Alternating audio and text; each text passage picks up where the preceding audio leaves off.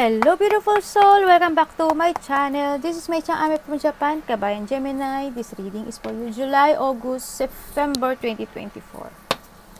Maraming salamat po na sa akong subscriber. This is for July. At sa mga bagong pasok dyan, welcome na welcome kayo sa bahay ni Ate Aimee. Tingnan natin ang iyong July. Ano pa pwede nating malaman sa July mo? Ang Gemini in July. Thank you. Para sa August. Gemini in August. Please show me.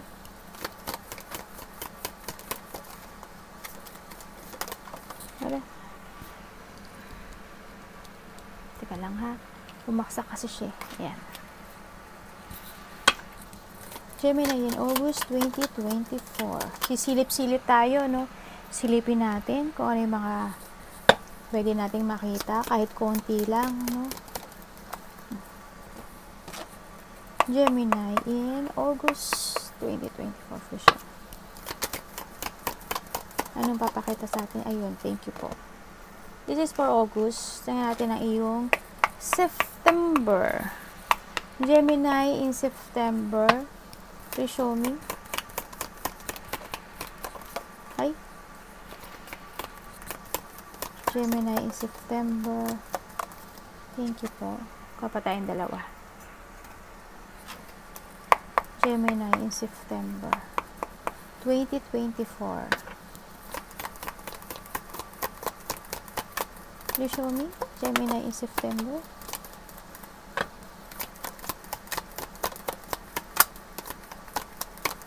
Thank you.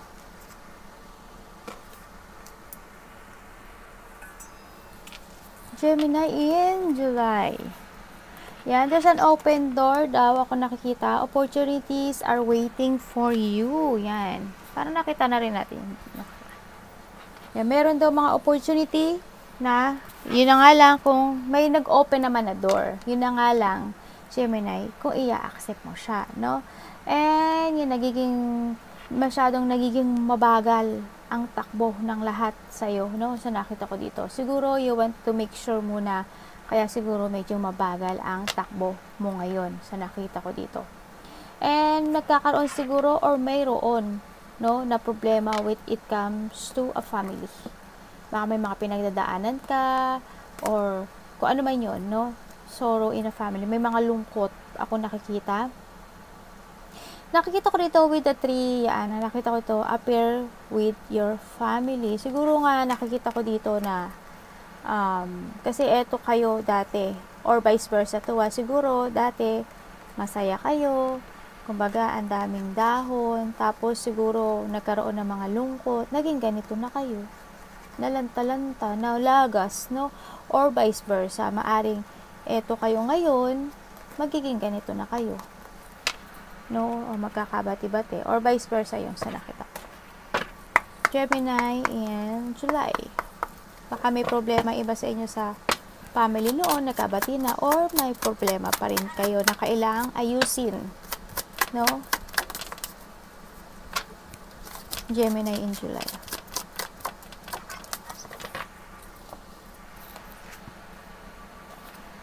Okay, pinakita ko dito na, may mga commitment, promises ako nakikita sa'yo.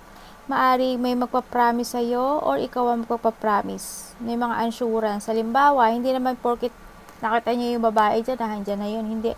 Halimbawa, nangako ka sa sarili mo na next year ganito na gagawin ko. Mga ganun.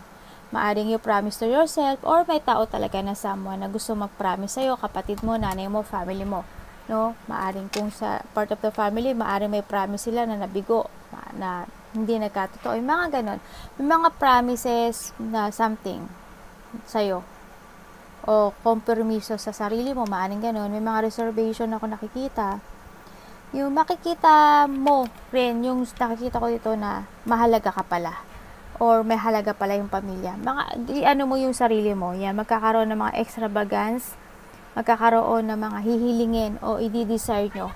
Maaring iba dito, bagong car, bagong relationship, dating karelasyon, magandang pamilya, magandang trabaho, kung ano man yan, no? Nakikita ko dito. kailangan mo rin daw na alagaan yung sarili mo. Yan, kailangan mong, iba dito siguro, nagpo-focus na kayo sa sarili nyo. Kung hindi man, kailangan nyo ng self-care. Kailangan nyo ng love yourself, no? Sa nakita ko dito. Siguro, kailangan nyo maligo, kung ano man yan, magpaganda kayo, magpapogi kayo, magpabango kayo, mag-exercise kayo, mag-diet kayo, mga ganun. May mga magpo-focus ka siguro, more on magpo-focus ka when it comes to yourself this July, no? Sa nakikita ko dito. Gemini in July.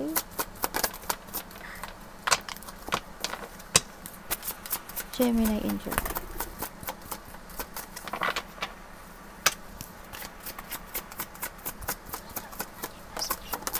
Thank you.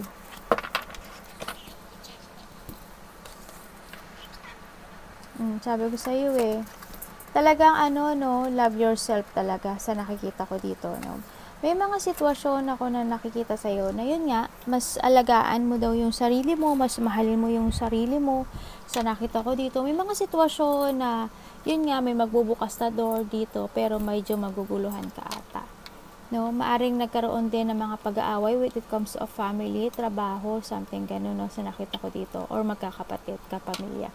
Sa nakita ko dito na may mga tao talaga na makasarili at may kasakiman, no, sarili lang iniisip nila. Maari din na nakita ko dito, yan nga, may mga achievement, may mga happiness, ako nakikita dito, na magbubukas o nagbukas sa'yo. Yan nakita ko. Yun na nga lang kung ano opportunity man ito, love, work, business, kung ano man to, siguro it's up to you na, no? Kung gusto mong i-grab itong sitwasyon na to, nasa sayo. Maaring malilito ka with it comes dun sa mga situation. Tsaka nakikita ko rin na siguro nga nagkaroon ng mga argument, pagtatalo, hindi nagkasundo-sundo, nagkaroon ng mga matataas ang ego, yan, mga disagreement. Then nakikita ko naman din na maiirita ka, no, Gemini, maaring sa kasama mo sa trabaho, sa nakakasalumuha mo o sa family mo, maaring gano'n o sa karelasyon mo. May mga ganong sitwasyon. Hindi ko alam kung may nag-aaway with it comes to o hindi nagkakasundo-sundo with comes kasi di sa home, no, di ba, family, baka sa bahay may nag-aaway-away, nag-aaway with comes sa territorial, mga ganon na nakikita ko sa iba. Nakikita ko with comes naman sa trabaho kasi nakikita ko rin dito na maaring nagkakaroon ng competition, no, sa nakita ko sa iba. The Wind Chime, yan, peace and harmony. Siguro this August, siguro makakaramdam ka na ng peace and harmony or kailangan mong ng makipagkaisa, no, at makipagbati. Yan, siguro makakaramdam ka ng part na ganyan. And siguro may matatanggap ka na announcement, yan, o kaya balita, text, kung ano man yan, no, sa nakita ko dito. Baka pupunta ka ng simbahan, pupunta ka ng temple, bibili ka ng wind chill, maaring gano'n, no? Kasi August, diba, is a summer, diba? Parang, ay! Sorry, ano ko. Yan, kasi diba, summer, parang mas makaka-relax kapag, bili kayo ng wind chill. Tama ba ako? Wind chill. Kasi, by August kasi, ewan ko kung sa inyo gano'n. Pag nakakarinig kasi ako ng ganito na wind chill, nakaka-relax siya. Yan. Siguro if you want peace muna, yan, baka mas very good kung bibili ka ng ganito, no? Tapos kung may mga pinagdadaanan ka, yan, daan ka lang sa mga temple, simbahan. Yan, yung nandito ko naman dito, yung sa Rembo, kumbaga, may mga the most difficult na sitwasyon na pinagdadaanan mo, maaring magkaroon na ng kaliwanagan kung ano man yung sitwasyon na naguguluhan ka, no? Mayroong babalik uli yung bagong sigla mo, saya, may mga ganun, may mga celebration siguro, may mga abundance, and magkakaroon ng enlightenment sa iba. Aray, anak! Kalokohan na yan, anak, kalokohan yan, baba. Dito na, anak. Kilo. Anak, kilo kasi ako ikaw, siguro, ito yung dilawang ng Ines. Tapos, magagalit siya sa akin. Siya yung nagagalit sa akin. Yeah, we have the handshake yan. A meeting with a stranger could be important. Yan, siguro, makakakilala ka ng mga bagong kaibigan o kaya may mamimit ka, maaring ganun. O kaya, minsan daw, okay lang daw na makipag-meet ka sa mga bagong kaibigan, bagong kakilala. Yun na nakikita ko dito. Gemini ingat ka lang din kasi 'di ba baka magka-virus ka, 'di ba? Kasi 'di ba bawal makipag-shake hands. Tapos may ang dumi-dumi ng kamay niya, 'di ba? Ingat-ingat ka rin sa mga Anak, yan po paan mo yung ni Mami? Binigyan mo pa ng blessing si Gemini.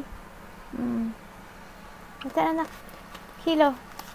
Tingnan natin ang iyong August, Gemini. Gemini in August, please show me.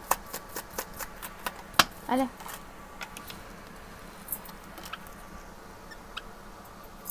Ano yung Gemini in August. Thank you.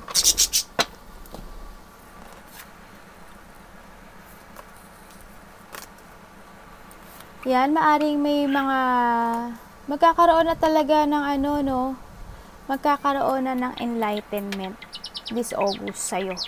No, maaring yung may ma-receive kang gift or maaring this time, July, naka-receive ka na ng gift. Hindi lang gift from a friend, gift from the universe, from God, maaring ganun, no? Maaring gift from a new friend, ganyan. Sa nakita ko to, or maaring pag pumunta ka ng bumili ka ng windshield, mga souvenir, yan, maaring ganun, maka-receive ka ng ganun, or ikaw mismo ang bibili. Sa nakita ko dito.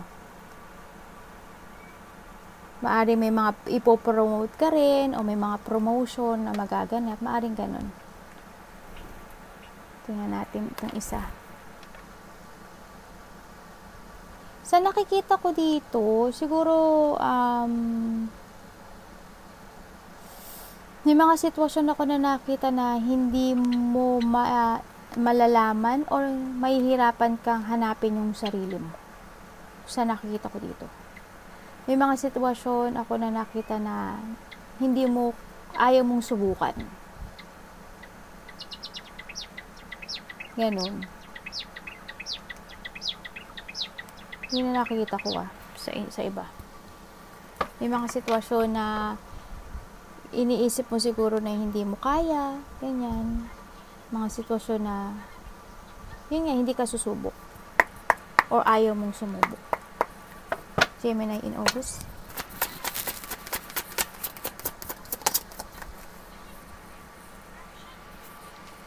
Gemini in August 2024.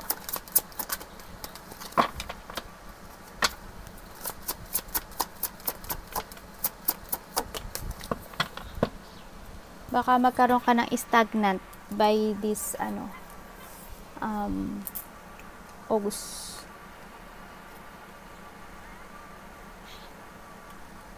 May mga sitwasyon ako na nakikita na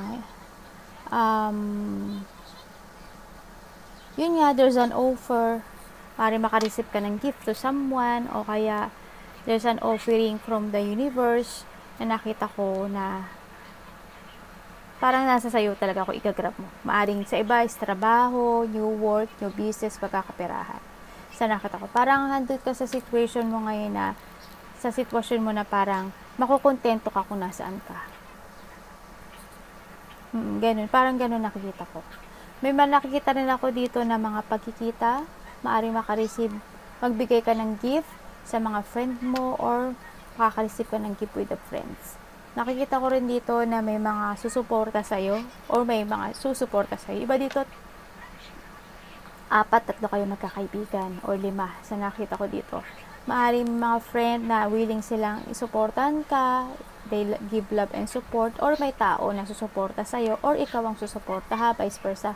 Maaring may magkikita-kita na magkakaibigan, kapatid, relationship, malapit sa puso.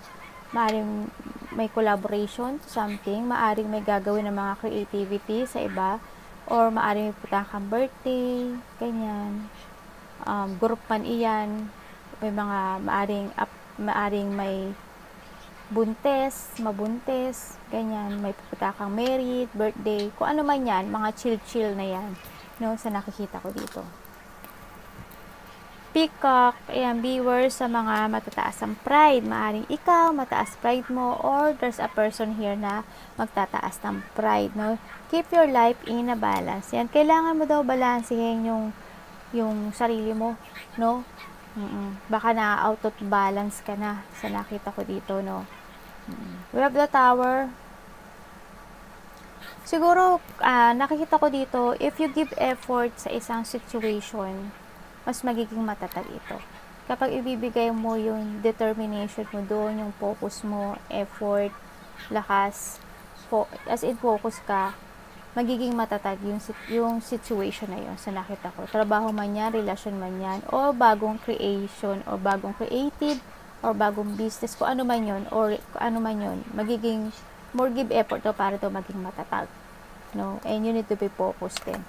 We have the wishbone, a wish granted. Yan. May mga wish ako nakikita by this September, maaring may mga wini-wish ka na maaring matanggap mo o makuha mo na. Pero sa nakita ko dito, pag mag-give effort ka,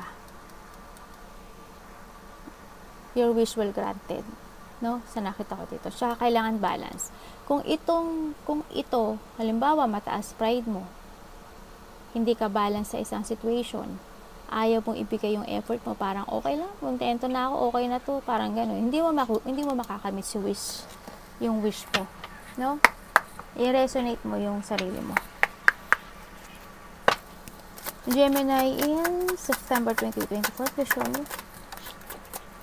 Gemini in September 2024. Nahulog eh. Yan, yung iba siguro sa inyo talaga dito is magta-tarot reader, no? Sa iba sa inyo. Baka papasok na kayo sa pagiging tarot reader, yan. Baka nandito na kayo sa sitwasyon, maari may tutulong sa'yo, no? O may magka-guide sa'yo sa nakita ko dito. Iba dito, maaring may, or vice versa, maaring may tao na hihingi ng tulong, ganyan. Maaring iba dito, yun nga, fortune telling, may mga sitwasyon na coincidence na mangyayari. Halimbawa, hindi mo sinasadya, bigla na lang may nagtaro reader sa'yo, bigla na lang may bumasa ng kapalaran mo, yung mga ganun, yung mga coincident na mangyayari na hindi mo talaga aasahan sa nakita ko dito, no. Maaring doon sa profession na bigla mo papasukin ng tarot reader, o kaya pagre-research sa mga star, galaxy, Pluto, yung mga ganun-ganun, no, yung mga related sa sa mga ganung situation. And then baka iba naman sa inyo is kayo, nakikita ko dito is profession nyo is maaring yan, mga cooking, yan, tagaluto, yan nakita ko. Maaring may mga i-expertise kayo, i-develop yung skills, yun nakikita ko dito, no. Maaring ilalabas nyo na yung totoong talent nyo this time. Baka mahanap nyo na, diba? Yun na nakita ko. And then, yun nga, there's a mercy. Yan, maaring there's a kind person na pwedeng magbigay ng help sa'yo, or ikaw, magbibigay ka ng help to other, no, sa nakita ko dito.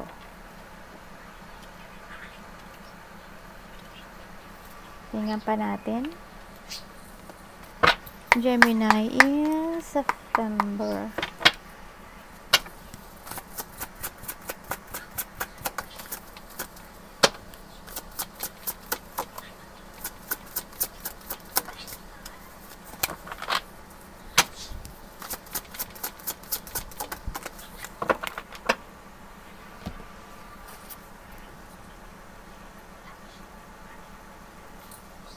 Magkakaroon na talaga kayo ng enlightenment. Mukhang magkakaroon ng mga decision na, no? Talaga nandito kayo sa sitwasyon nyo talaga na parang maglulok kayo sa the future. Well, nakalook naman kayo sa the future. So, nakikita ko dito, magkakaroon ng enlightenment, magkakaroon ng, babalik yung sigla mo siguro. May mga bagong sigla, saya, happiness, maaring may makikipag-banding sa'yo, o may makipagkita sa'yo. Ganyan nakikita ko. or may tao dito ako nakikita, either ikaw or may tao dito na susuportahan ka. Or support and give advice, ganyan. Makipag-communicate sa'yo. May tao ang makikipag-communicate sa'yo. Maaaring kakilala mo siya, malapit sa puso mo. Yun ang nakita ko. Siguro may pupuntahan kayong mga something, o tuturuan ka niya. Mga ganun nakikita ko. Makakaramdam ka daw by September ng kalayaan. Magiging magaang yung mga takbo sa iba sa inyo. Magiging magaang yung mga takbo na pamumuhay nyo sa iba. No? Maaring iba dito, baka may mag-offer sa'yo ng kasal, relationship, mga ganon. Magkakaroon ng mga, nakita ko dito parang magiging open ka sa mga bagay-bagay sa nakikita ko dito. Yun nakita ko. Basta may kasiyahan, may sayang mararamdaman this September, no? Arigato namaste, God bless.